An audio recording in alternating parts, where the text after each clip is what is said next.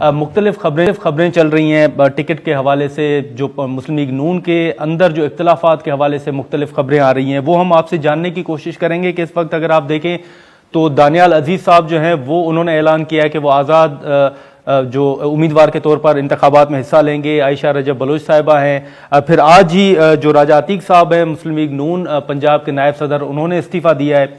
तो सर आप क्या समझते हैं कि इस वक्त मुस्लिम लीग नून के अंदर क्या वाकई कोई सीरियस नोयत के इख्तलाफात हैं, या आप समझते हैं कि ये कोई कन्फ्यूजन है?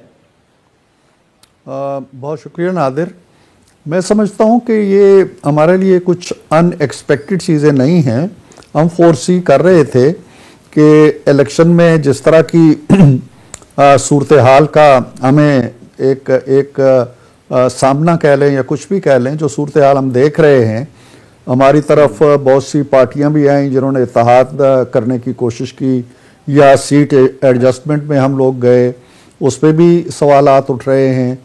और उसके साथ साथ फिर जमात के अंदर भी बाज़ हलकों में जो रद्दोबदल हुआ है इस मर्दमशुमारी के नतीजे में, उसमें भी फिर कुछ लोग कहते हैं जी कि मेरा हलका जो है वो 56% इधर आ गया है, दूसरा कहता है जी कि मेरा 55% इधर आ गया है।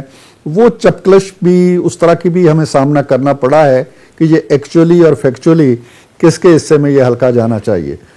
तो मैं नहीं समझता हूँ कि ये कोई बड़ी जमातों के लिए और बहुत बड़ी जमातों के लिए, जिस तरह मुस्लिम लीग नून है और जिस तरह वो इलेक्शन में जा रही है, उसके लिए कोई इतनी अनहोनी चीज़ नहीं है।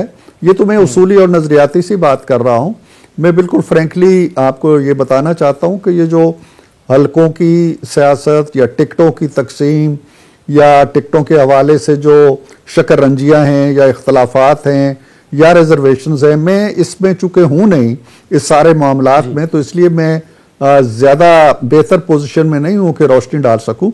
लेकिन मैं ये उसूली बात ज़रूर करता हूँ कि बड़ी जमातों को, और जब ये तवक्को होने लगे जी कि इस जमात को शायद इलेक्शन में कामयाबी भी मिलने जा रही है, आप सर्वे रिपोर्ट्स भी देख रहे हैं, तो फिर उसकी तरफ रुझान होता है बहुत से लोगों का। कोई अपना टिकट सरेंडर नहीं करना चाहता, तो ये कश्मकश है। लेकिन हम इंशाल्लाह आगे सेनेट आ रही है, आधी सेनेट खाली हो जाएगी, हम कंफर्टेबली वहाँ अपने कुछ बंदों को एडजस्ट कर सकेंगे।